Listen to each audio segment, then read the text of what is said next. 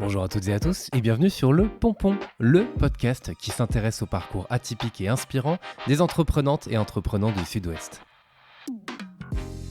Je suis Théo Robache, animateur d'événements et de médias, entrepreneur soucieux du bonheur des autres, désireux d'aller à la rencontre de profils épatants pour vous partager leurs histoires. Et bienvenue dans ce format que j'ai créé pour donner la parole à ces jeunes pousses, ces personnes qui viennent de se lancer dans l'aventure et qui nous partagent au micro du Pompon leurs projets. Et pour ce nouvel épisode, j'ai le plaisir de recevoir Nathalie Giraud, cofondatrice de Gimmick Design. Architecte de formation, Nathalie a créé avec Bastien une entreprise qui apporte des solutions d'aménagement innovantes pour des espaces de travail éco-responsables et conciliés. Une logique d'économie sociale et solidaire comme je les aime. Alors dans cet épisode, Nathalie me partage son parcours, ses expériences d'architecte et son envie avec Bastien de participer au renouveau du secteur de l'ameublement encore trop polluant. Et on parle évidemment des accompagnements à l'entrepreneuriat reçu et notamment du programme des Audacieuses de la Ruche Bordeaux. Alors je vous souhaite à toutes et à tous une très belle écoute. Est-ce qu'on est bon par ici? On est très bon. Il est comment lui? On va essayer, je vais m'en sortir. Bonjour Nathalie. Bonjour Théo. Merci d'être là. Merci à toi surtout. Ravi de te recevoir sur le Pompon. Je vais commencer par te laisser te présenter s'il te plaît. Oui, alors Nathalie Giraud. Je suis architecte de métier et puis maintenant en entreprise, quoi, chef d'entreprise. Exactement. Tu voulais faire quoi quand tu étais petite? C'est une bonne question. J'avais pas vraiment quelque chose de défini. D'ailleurs, ça me perturbait un peu. C'était un peu comme ceux qui avaient des stars en affiche dans leur chambre. J'avais pas quelque chose vraiment de défini. Par contre, je répétais souvent instruction pour dire construction. Okay. Et je faisais beaucoup de Lego et beaucoup de dessins. Yes. Un peu en mode répétitif. Okay. Je faisais des pauses sur les dessins animés et je redessinais l'ensemble en BD. Ah ouais. Ah bon. Ouais, quand même. Bon, faudra peut-être analyser tout ça à un moment. Oui, voilà. Ok, génial. Ouais. Ah ouais. Et je pense que ça, mes parents l'ont gardé en tête au moment de l'orientation en 3e, en fait. Ah ouais. Pas très bonne au collège. Ouais. Voilà. et puis des conseillers d'orientation et une prof d'art plastique un peu, je pense, pas très sympa, qui ne voulait pas me laisser aller en général. Ok. Voilà. Pas sympa, la prof d'art plastique. Pas sympa. Ouais. Et donc, t'as fait quoi alors? Et finalement, j'ai fait un bac L art plastique, option art plastique. Full art plastique, quoi. Voilà. Ok. Et après, donc, t'as fait l'université de Bordeaux? Alors, j'ai un diplôme d'art plastique pour le coup. Ouais, un DUG. Ouais. Oui. Exactement. Là, du coup, ça commence à te donner un peu un indice sur l'âge. Voilà. Et puis, ça va. Et puis, c'était très chouette, hein, j'ai adoré la fac. Ouais. Et puis, se poser la question des débouchés aussi, qui me plaisaient pas forcément. Ça veut pas dire qu'il y en a pas, faut pas dire ça. Je voulais pas forcément être prof. Artiste, c'était pas vraiment non plus mon délire. Ouais. Et puis, à l'époque, mon premier frère, en fait, cherchait ce qu'il pouvait faire plus tard. Après son lycée horticole et commencer à regarder les BTS et puis l'école d'architecture et de paysage, puisqu'il y a la section paysage. Ouais. Et c'est comme ça que je m'en suis intéressée. Voilà. Ok. Et à quel moment alors tu t'es dit que tu allais faire architecture? Parce qu'au final, est-ce que ça a été, tu t'es laissé porter, guidé par tout ça, par tes parents aussi qui en 3e peut-être font un choix utile pour toi? Est-ce que ça a été une évidence ou est-ce que tu t'es dit bon allez on suit comme ça et on verra ce que ça donne? Ça a été plutôt pragmatique. Ouais. Après le DUG du coup moi j'étais focus en fait art appliqué que j'ai pas pu rentrer en fait dès le lycée parce que moi j'ai fait Magendie. Ouais. Parce que j'étais pas très bonne en maths. Ouais. et du coup, j'étais encore sur cette voie-là. Et donc, je passe en fait le concours de la MANA à Angoulême. C'est quoi la MANA? C'est en fait l'année d'équivalence pour pouvoir rattraper le cursus quand on l'a pas fait au lycée. Ouais, okay. Et puis, en même temps, je passe le concours d'école d'archi. Voilà. Je suis prise aux 2. Ouais. Il faut faire un choix. Et là, le choix, il a été pragmatique. C'est-à-dire que j'avais un bac+2.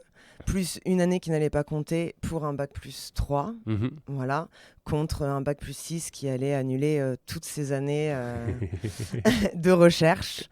Et puis, je trouvais ça très intéressant, en fait, entre le côté créatif et le côté, en fait, très la structure, suivi. Yes. Voilà. Ouais. Et donc, l'école d'architecture et de paysage de Bordeaux, tu as même été major de promo. Oui. Donc, entre le collège et ouais. l'école, ça, tu as fait le bon choix. Qu'est-ce que tu as appris à ce moment-là et qu'est-ce que ça t'a apporté surtout ? Qu'est-ce que j'ai appris ? En tout cas, en termes de conception et de création, ça a été le top, le rêve. Ouais. Beaucoup de disciplines aussi, c'est quand même des études qui sont assez difficiles. Ce qu'on appelle les charrettes, que personne ne connaît vraiment. Ouais. Voilà. En tout cas, pas dans le terme, j'imagine, pas dans la définition que tu veux apporter. C'est ça, en fait, c'est quand on a beaucoup de rendus. Ah ouais. En plus, à l'école d'archi de Bordeaux, vu qu'il y a la section paysage, on fait beaucoup d'urbanisme aussi. Donc on a beaucoup de rendus de projets. Ouais. Et on se retrouve à faire des nuits blanches. Voilà. Okay. Et donc ce terme vient de toute cette époque où les beaux-arts rendaient leur rendu en charrette, quand il n'y avait pas les voitures. Et c'est resté dans le milieu. Voilà. Et donc nous, ça m'a apporté ça. Il y a aussi toute la partie où je faisais partie de l'association Village Vert. Ouais. De l'école d'architecture en parallèle. Et donc plusieurs façons en fait de concevoir et de réfléchir en fait à nos milieux, à l'habitat, voilà, dans d'autres pays aussi. Donc ça, c'était intéressant. Justement, est-ce que tu peux expliquer l'association Village Vert ? Alors c'est une association qui existe depuis 89 à l'école d'architecture, qui avait été fondée par, si je me trompe pas, des Camerounais. Okay. Voilà, il y avait une grosse communauté contre la déforestation dans leur pays. Et puis après, ils se sont dit, c'est un petit peu bête. On fait des études d'architecture et il y a peut-être en fait moyen de réfléchir plutôt sur l'habitat et améliorer en fait les conditions de vie de notre pays. Et puis, je suis rentrée dedans dès la première année. On fait pas grand-chose parce qu'on est juste là pour les petites mains, on va dire. Mais j'ai suivi les projets jusqu'à devenir présidente en master avec une amie, reprendre un peu les rênes. Et puis en fait, il y a le PFE. Le diplôme, en Master 2, où on nous demande de continuer à faire en fait un projet théorique, mais plus réaliste. Donc, trouver une vraie parcelle à un endroit qu'on peut s'inventer. Hein. Ça peut être à côté de chez tes parents et puis tu dessines un musée. Mais essayer de faire quelque chose d'un peu plus concret. Et je trouvais que ça allait pas assez loin. Je trouvais que ça restait encore... imaginaire. Trop abstrait peut-être. Trop abstrait. Et donc je me suis dit c'est bête, on a cette association, on peut faire un projet. Alors faut pas qu'il soit réaliste du coup, forcément parce que du coup il y a un écart avec les autres étudiants. Et puis à l'époque, ça faisait déjà 2 ou 3 ans qu'il y avait une bibliothèque dans les tuyaux de l'association au Burkina Faso. Et puis on a planché dessus pour notre diplôme. Et finalement, ils ont trouvé les fonds, on les a aidés à trouver aussi des subventions au niveau européen. Et quand on a passé notre diplôme, ils posaient la première pierre. Mais non, énorme. Sachant que du coup, on a dû redoubler 6 mois pour être au même niveau que les autres et refaire une autre partie de PFE parce que voilà, c'était construit, donc on avait déjà des ingés dans les tuyaux, donc voilà. Le projet est tellement bien et tellement réaliste au final qu'en fait il a vu le jour. Mais tant mieux. Tant mieux. Dans l'idée, vous avez créé quelque chose qui a été utile. Ok, trop chouette. Et après avoir été diplômé, tu es architecte pour le coup. Alors tu fais un petit passage à Paris. Si je ne m'abuse. Oui, 2 ans après. 2 ans après, c'est ça. Donc, t'es direct quand tu sors des études, t'es architecte. Ouais. Tu passes dans des cabinets. Oui, tout à fait. Tu fais quel type d'architecture ? Parce qu'en fait, architecte, on peut imaginer la maison ou l'agrandissement d'une maison ou des immeubles ou des quartiers entiers. Enfin voilà, c'est assez vaste. Des agences marché public, donc beaucoup logement et beaucoup enseignement. De la crèche jusqu'au lycée. Ok, voilà. D'accord. Ouais. C'était plutôt ça dans mes agences. Et donc tu fais ça, et après donc j'ai dit tu remontes à Paris pendant 2 ans plus tard.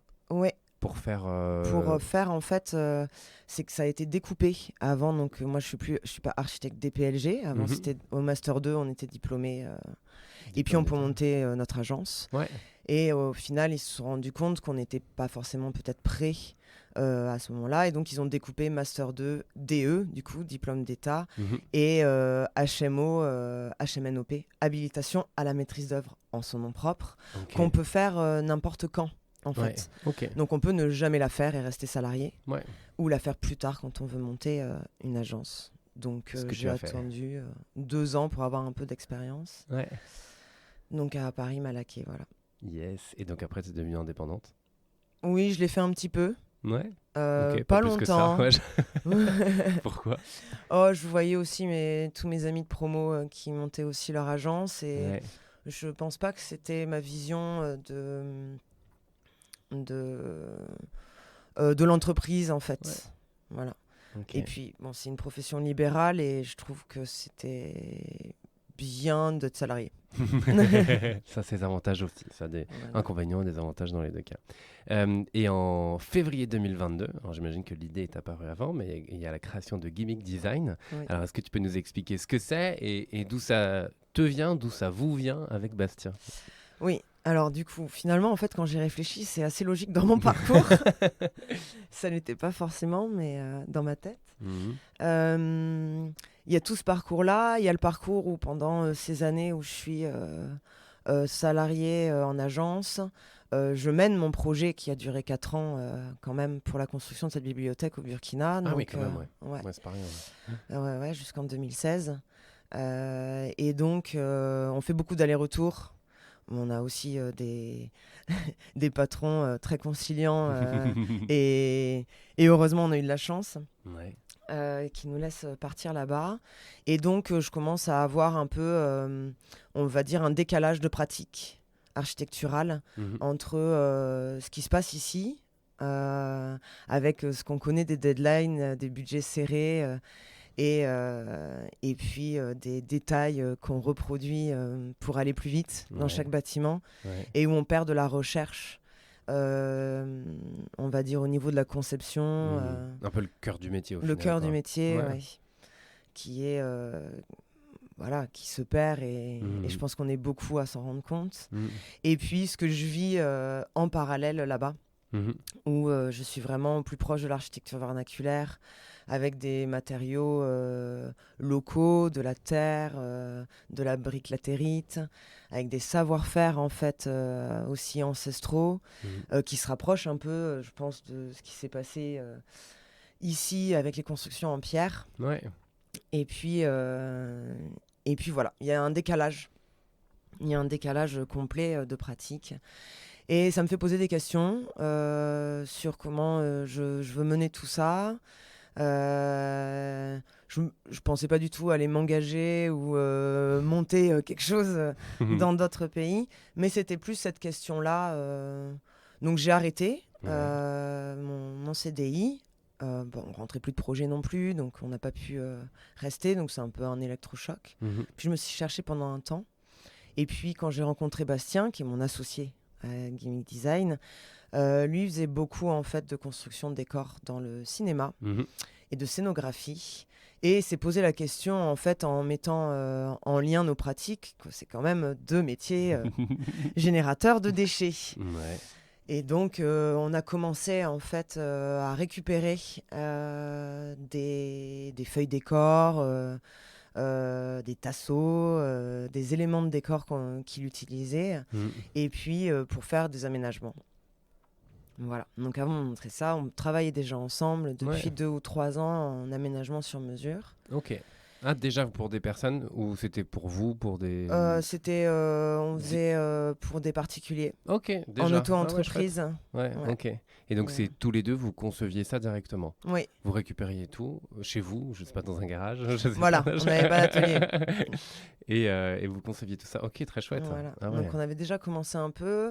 Notre équipe fonctionnait bien, on s'entendait bien. Le sujet nous plaisait aussi dans ce format-là, en fait. C'est-à-dire revenir à plus à l'intérieur, en fait, en aménagement intérieur et essayer de changer les choses. Et puis, du coup, on a planché pendant 1 an et demi sur une autre forme et donné encore plus de sens, en fait. Ouais. Yes. Et donc j'ai dit début 2022, vous lancez vraiment la boîte, en tout cas officiellement. Oui. Pourquoi ce nom, Gimmick Design? Alors c'est marrant, ça s'appelait pas du tout comme ça. Okay. C'est quand on a travaillé sur la charte graphique et sur le nom que en fait on nous a orientés pour changer. Okay. À la base, on s'appelait Agence Double. Parce qu'on était deux, qu'on était sur 2 matériaux, surtout le bois et le plastique recyclé. Sur le côté donc duo, je l'ai dit, réemploi qui fait 2 vies. Et puis en fait, on nous dit agence, c'est un peu désuet, c'est connoté aussi, on va dire. Il n'y avait pas la partie, on va dire, du faire. De l'atelier, du fait qu'on a la conception et la fabrication. Ça faisait plus agence d'architecture, puis maintenant on dit plus collectif ou studio, même pour les agences. C'est ça. Et donc, on a commencé à chercher autre chose. Et à cette époque-là, on était déjà sur des collections de mobilier. C'était le nom d'une des collections. Et j'aimais bien la définition de gimmick, parce que normalement, c'est CK. C'est quand même un procédé astucieux qu'on retient, en fait, le gimmick. Ouais, voilà. Complètement, parfait. Et alors, vous vous lancez aussi dans ce secteur de l'ameublement, qui n'est pas le plus propre, tu l'as dit. Est-ce que tu peux nous en parler aussi de pourquoi aller sur ce secteur-là, aussi bien auprès des particuliers qu'auprès des entreprises? Alors, dans nos recherches, au fur et à mesure, effectivement, on se rend compte que le mobilier, c'est le 3e plus gros gisement au niveau national. Et puis, il y a cette question du design aussi, déjà, qui nous plaît. Et on avait en tête, depuis le départ, de cet effet de la consigne, en fait, qui revient. Je trouve très vertueuse et qui me plaît beaucoup. Et donc, on avait cette idée pour le faire sur le mobilier. Voilà. Tout part un peu de là et tout se construit dans ce sens-là, en fait. On se rend compte que on peut s'appuyer sur la loi AGEC, on peut s'appuyer sur des lois qui finalement arrivent au bon moment, et on arrive nous aussi au bon moment, où réglementairement on va pouvoir être appuyé pour les achats responsables, et on se dit bon ben go, je pense que c'est notre créneau. Et puis faire du mobilier juste meublant permet en fait de le récupérer. Et c'est notre différence. Notre différence, c'est de ne pas être une recyclerie ou une ressourcerie, c'est de travailler avec eux. Nous, c'est vraiment la création, c'est ramener le design et l'artisanat, surtout dans les entreprises, et de laisser libre cours à tout type de matériaux, même neufs, puisque de toute façon, on gère la fin de vie. Ouais.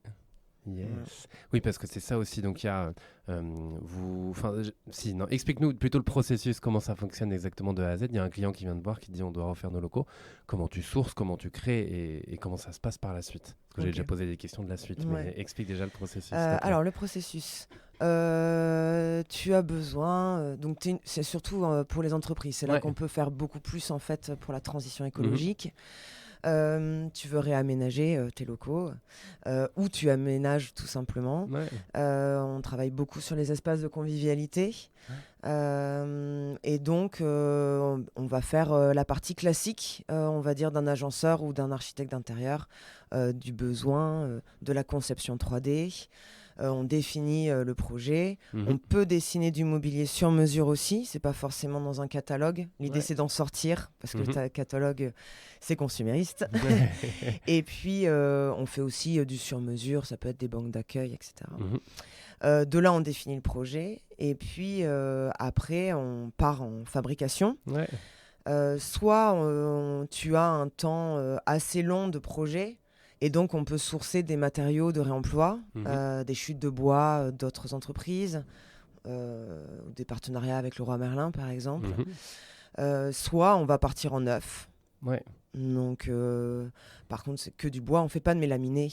Voilà, on reste sur des matières nobles ou des matériaux écologiques aujourd'hui, comme le plastique recyclé. Il y en a plein maintenant. Hein, c'est pas ce qui manque. Voilà, les huîtres, les volets de badminton. Yes. Et puis voilà, on le fabrique dans notre atelier. Ok. On te le livre et puis tu t'en sers. L'idée est que si tu veux allonger sa durée de vie, on peut le rénover puisqu'on est en éco-conception. Donc généralement c'est 3 à 5 ans dans les entreprises, soit parce que il faut changer un peu d'esthétique, soit parce que c'est abîmé tout simplement. Et donc on peut allonger sa durée de vie. On peut changer la couleur, changer un plateau. Voilà. Et puis à la fin, quand tu veux t'en débarrasser, on le récupère. Ok. Ouais, voilà. Trop bien. Et alors tu l'as dit, c'est fait dans vos ateliers ? Oui. C'est fait en France ? Oui. Ouais. C'est fait en France, quand même, c'est parce vrai. qu'on imagine, quand on pense ameublement pour chez soi, on pense rapidement à du Ikea ou à que sais-je qui est fait à perpète et qui n'est pas forcément très bien fait. Enfin, bon, ça c'est un autre sujet, en tout cas écologiquement parlant. Mais vous, c'est dans vos ateliers. C'est toi qui le fais avec Bastien ou maintenant vous avez une équipe ? Alors oui, maintenant on a une équipe. Au début c'était nous. Ouais. Là maintenant effectivement la casquette de chef d'entreprise nous permet plus trop d'être sur tous les fronts. Oui, maintenant on a 2 menuisiers dans l'atelier, ce qui permet dans tous les cas déjà de faire tout ce qui est aménagement sur mesure. Après pour le volume en fait de mobilier, ça dépend du temps et de la conception. Mais l'idée vraiment la valeur fondamentale c'est d'avoir la conception et la fabrication au même endroit, ce qui permet de réduire les marges, réduire les erreurs, puisqu'on est vraiment direct en direct. Et puis en fait je sais plus ce que je voulais dire. J'ai vu ça au départ, je me suis dit est-ce qu'elle va raccrocher, mais non. Non, je vais pas raccrocher. Non mais bon voilà, le fait donc de travailler avec 2 artisans, 2 menuisiers en direct. Donc on a un atelier de menuiserie, on travaille tout le bois, le plastique recyclé qui se travaille avec les mêmes machines bois. On essaie d'avoir une matériothèque sans investissement supplémentaire de machines classiques. Et puis si on veut en fait on va dire des parties métalliques ou du bois cintré par exemple. On commence à avoir un petit consortium d'entreprises qui sont à moins de 100 km de Bordeaux et qui travaillent avec nous, même pour les parties textiles par exemple. Voilà. Trop bien, trop chouette. J'ai envie de parler de réseaux maintenant, divers et variés. Vous avez été lauréat Réseau Entreprendre de la promo 2022. Pourquoi postuler à des concours et donc à des réseaux ? Alors, quand on a commencé, qu'on a monté l'entreprise, on s'est fait coacher pendant 6 mois, mais en privé. Parce qu'on avait besoin juste en fait d'un petit accompagnement rapide pour les parties. Nous, on est quand même des créatifs, on n'est pas issus du commerce, voilà, et de montage en fait de business plan par exemple. Et puis c'est arrêté là en fait l'aventure avec cette personne. Et on s'est retrouvé tout seul, voilà.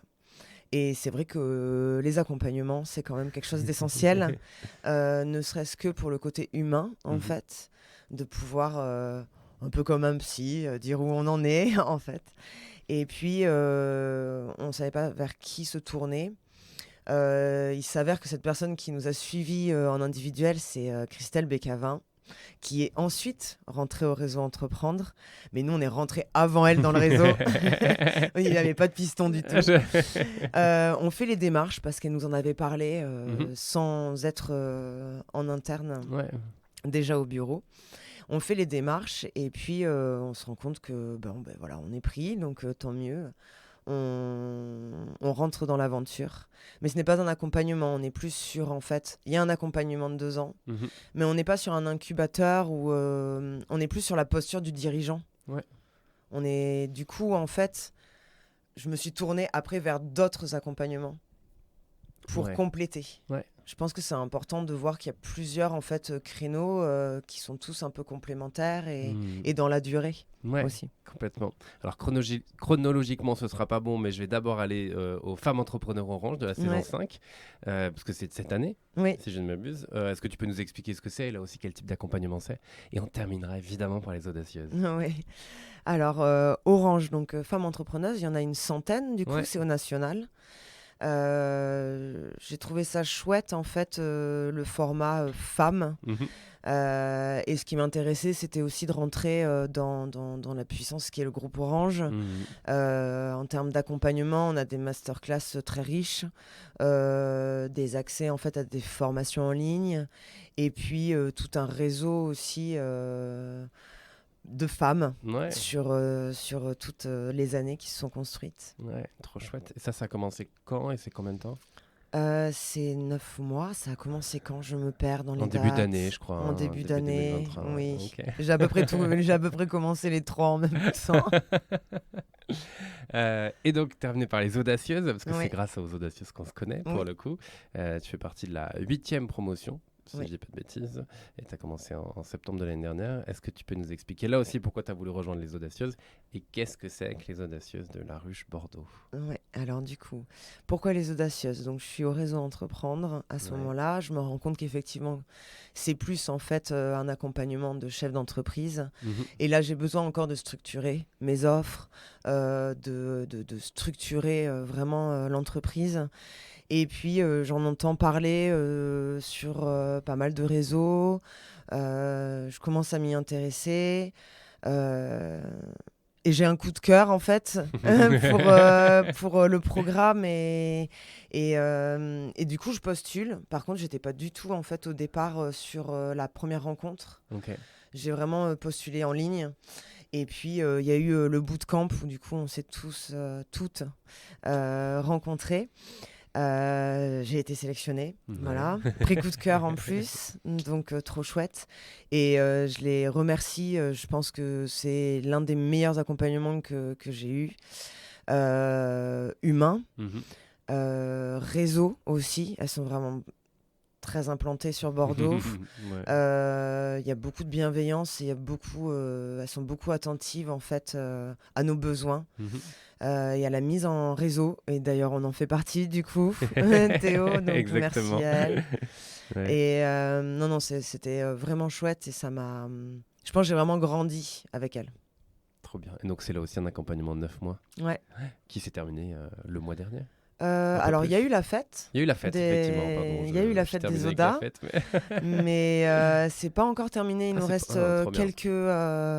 déjà, en fait, nos mentorats peuvent continuer jusqu'en septembre. Et puis, il restait quelques visios, quelques petits... c'est pas encore terminé. Voilà. Et c'est quoi la suite, alors? Tu l'imagines comment? Déjà là, aujourd'hui, comment ça se passe aujourd'hui? Aujourd'hui, ça va. Ça bosse. Ça bosse. On vient de clôturer le premier bilan. Aujourd'hui, il y a d'autres étapes. Il va y avoir des étapes de développement. Comme on n'est pas sur des services, tout est un petit peu lié. On se prend un petit peu la tête. C'est-à-dire que l'investissement, la masse salariale, plus l'investissement de machines, tout ça, en fait, permet d'avoir une production, de doubler ou de tripler notre production. Donc aujourd'hui, on est plus sur ce développement-là.